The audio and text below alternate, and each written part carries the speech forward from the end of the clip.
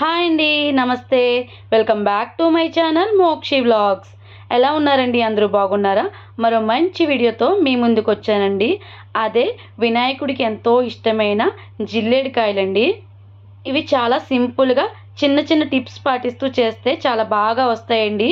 ఇవైతే వినాయకుడికి చాలా ఇష్టం కదా. ఇప్పుడైతే వీడియో మీకు షేర్ చేస్తాను. ముందుగా ఇలా ఒక ఖాళీగా ఉన్న ఒక గిన్నె పెట్టుకోవాలండి. నేనైతే ఇంగ్రీడియంట్స్ చూపించట్లేదు, డైరెక్ట్గా అయితే చూపిస్తున్నాను. నేనైతే ఒక కప్పు వరిపిండి తీసుకున్నానండి. ఒక కప్పుకి 2 కప్పులు వాటర్ అయితే వేసుకోవాలి. అంటే బియ్యం ఆడించుకుంటాం కదా, ఆ పిండి అండి. ఇదైతే తడిపిండి కాదండి, పొడి పిండే. నేను 1 కప్ వరిపిండి తీసుకుంటే 2 కప్స్ వాటర్ వేసుకున్నానండి. 2 కప్స్ వాటర్ వేసుకున్న తర్వాత 1 స్పూన్ అయితే పంచదార వేసుకోవాలి. ఇలా వాటర్ బాయిల్ అయిన తర్వాత పిండి అయితే అందులో వేసుకుని ఇలా కలుపుకోవాలండి. ఈ టైంలో అయితే స్టవ్ ఆఫ్ చేసుకోవాలి. స్టవ్ అయితే ఆన్ చేసుకోవాల్సిన అవసరం లేదు. స్టవ్ ఆఫ్ చేసుకుని ఇలా కలుపుకొని మనకి కొంచెం అంటే మనం ఒక కప్ అయితే వరిపిండి తీసుకున్నాం కదా, ఇంకో 1/2 కప్ అయితే వరిపిండి వేసుకోవాలండి.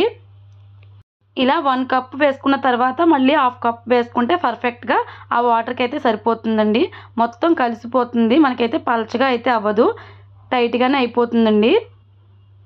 ఇలా అయితే బెల్లం తాలికలకి పాల తాలికలకి చేసుకుంటాం కదా, సేమ్ అదే ప్రాసెస్లో అయితే చేసుకోవాలండి. ఇలా పిండి అయితే రెడీ చేసుకోవాలి.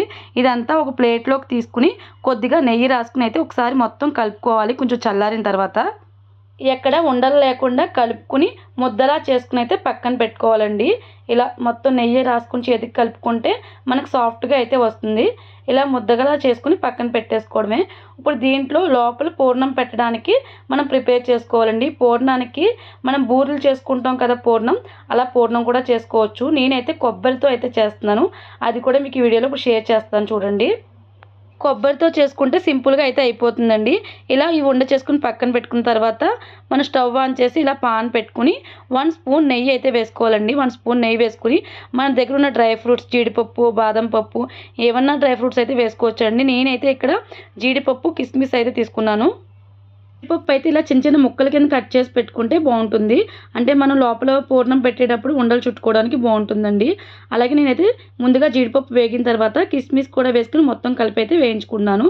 ఇందులో బాదం కూడా ముక్కల కింద కట్ చేసి వేసుకుంటే బాగుంటుందండి.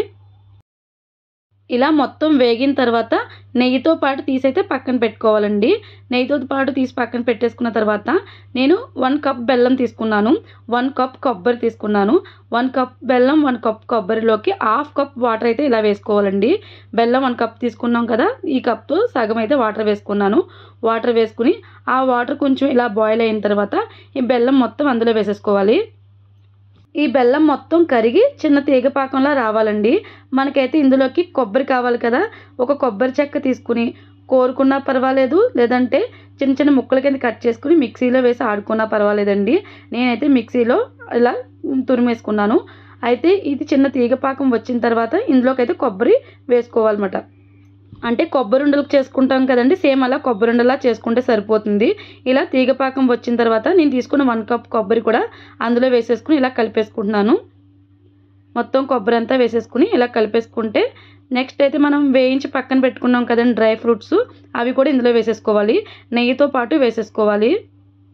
మొత్తం అన్నీ వేసేసుకున్న తర్వాత మంట అయితే సిమ్లో పెట్టుకుని కలుపుకుంటూ ఉండాలండి. ఇది మొత్తం దగ్గర పడాలన్నమాట. మనకి దగ్గర పడేటప్పుడు తెలుస్తుంది, కలర్ అయితే చేంజ్ అవుతుంది, గోల్డ్ కలర్లోకి వచ్చేస్తుందండి. అప్పటి వరకు మనం ఇలా కలుపుకుంటూనే ఉండాలి. మంట అయితే సిమ్లోనే ఉండాలండి. ఇలా దగ్గర పడుతుంది చూస్తున్నారు కదా. ఇలా ఇంక కలుపుకున్న తర్వాత మనకి కొంచెం కొంచెం దగ్గర పడుతూ ఉంటుంది. ఈ టైంలో ఇంకైతే కంప్లీట్ అయిపోయిందండి, దగ్గర పడిపోయింది. ఈ టైంలో స్టవ్ ఆఫ్ చేసేసుకుంటే సరిపోతుంది. స్టవ్ ఆఫ్ చేసుకుని పక్కన పెట్టుకుని చల్లారిన తర్వాత అయితే ఈ ఉండల కింద చేసుకోవాలి. మరీ దగ్గర పడిపోతే గట్టిగా అయిపోతుందండి. కొంచెం లూజ్గా ఉన్నప్పుడు స్టవ్ ఆఫ్ చేసుకోండి. ఇలా చల్లారిన తర్వాత అయితే మనం ఇవి పూర్ణాలకి ఎలా చేసుకుంటాం, పూర్ణం బూర్లకి కట్ట అలా సేమ్ ఉండల కింద చేసుకోవడమే. ఇలా ఇవి ఉండలు చేసి పక్కన పెట్టుకున్న తర్వాత నెక్స్ట్ అయితే మనం ఫస్ట్గా అయితే వరిపిండితో పైన తోపు అయితే చేసాం కదండి, ఇప్పుడు అది కూడా ఉండలు చేసుకోవాలి. మనం పాల ముంజలకి ఎలా చేస్తామో సేమ్ అలా అయితే చేసుకోవాలండి. ఇక్కడ చూపిస్తాను. ఈ పిండి అయితే మనం కలుపుకొని పక్కన పెట్టుకున్నాం కదా, ఇప్పుడు ఇలా ముద్దల కింద తీసుకోవాలి. కొంచెం పెద్దగానే తీసుకోవాలండి. ఇలా ముద్దల కింద సపరేట్ చేసుకుని ఇప్పుడైతే వీటిలో మనం చేసుకుని పక్కన పెట్టుకున్న ఆ పూర్ణం అయితే ఇందులో పెట్టుకోవాలండి. అది ఎలా చేసుకోవాలో కూడా చూపిస్తాను. ఇది చాలా సింపుల్గా అయిపోతుంది, విడిపోదండి, చాలా బాగా వస్తుంది. ఒకవేళ విడిపోతుంది అనిపిస్తే కొంచెం నూనె కానీ నెయ్యి కానీ రాసుకుని మీరు ఉండైతే చుట్టుకోండి. నేనైతే ఇక్కడ ఏమీ అప్లై చేయలేదండి, డైరెక్ట్గా అలాగే చేసేస్తున్నాను.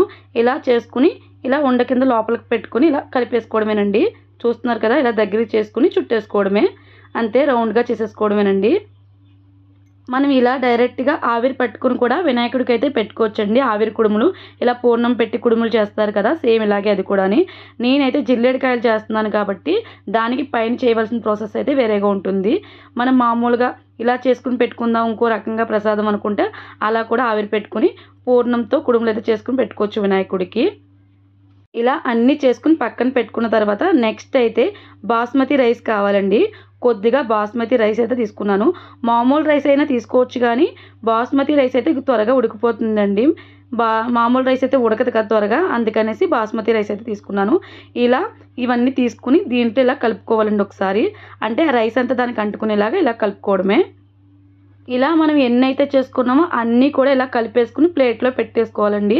ఇలా ప్లేట్లో పెట్టుకుని పక్కన పెట్టుకుని నెక్స్ట్ అయితే ఇడ్లీ పాత్ర ఉంటుంది కదండి, ఆ ఇడ్లీ పాత్ర అయితే తీసుకుని మనం ఇడ్లీకి ఎలా వేసుకుంటాం కింద వాటర్, అలా వాటర్ వేసుకోవాలి. కొంచెం వాటర్ అయితే ఎక్కువ వేసుకోండి, మనం 2 రేకుల మీద పెట్టుకుంటాం కాబట్టి కొద్దిగా వాటర్ ఎక్కువ వేసుకుని ఇలా మనం చేసుకున్న ఈ జిల్లేడికాయలన్నీ ఇందులో పెట్టేసుకోవాలండి. ఇందులో పెట్టుకుని సిమ్లో పెట్టుకుని ఒక 15 నిమిషాలు అయితే ఉడకనివ్వాలి. అంటే కుడుముల్లా కదండి, ఇవి కొంచెం ఎక్కువసేపు అయితే ఉడకనివ్వాలి. మన పైన అయితే బియ్యం అద్దాం కాబట్టి ఆ బియ్యం అంతా కొంచెం ఉడకాలి కాబట్టి ఒక 15 మినిట్స్ అయితే ఉడకనిస్తే ఇలా పర్ఫెక్ట్గా అయితే ఈ జిల్లేడికాయలు అయితే రెడీ అయిపోతాయి. చూస్తున్నారు కదండి, చాలా బాగా అయితే రెడీ అయ్యాయి. చూస్తా కూడా చాలా బాగున్నాయి కదా. ఈ జిల్లేడికాయలు అయితే వినాయకుడికి చాలా ఇష్టమైన ప్రసాదం అండి. చాలా సింపుల్గా చేసుకోవచ్చు. ఇవి 2 రకాల కుడుముల కింద కూడా చేసుకోవచ్చు అన్నమాట. ఇవి డైరెక్ట్గా కూడా పెట్టుకోవచ్చు అని చెప్పాను కదా. ఎలా అనిపించిందండి ఈ వీడియో? మీరు కూడా ఇలా ట్రై చేసి ఎలా వచ్చిందనేది కామెంట్ చేయండి. చాలా సింపుల్గా చేసుకోవచ్చు, టేస్ట్ కూడా చాలా బాగుంటుందండి. లోపల పూర్ణం పెట్టాం కదా, అది చాలా బాగుంటుంది. ఈ వీడియో కనుక మీకు నచ్చినట్లయితే ప్లీజ్ లైక్ చేయండి, షేర్ చేయండి, సబ్స్క్రైబ్ చేసుకోండి. రేపు మరో మంచి వీడియోతో మీ ముందుంటా. అంతవరకు బాయ్ అండి.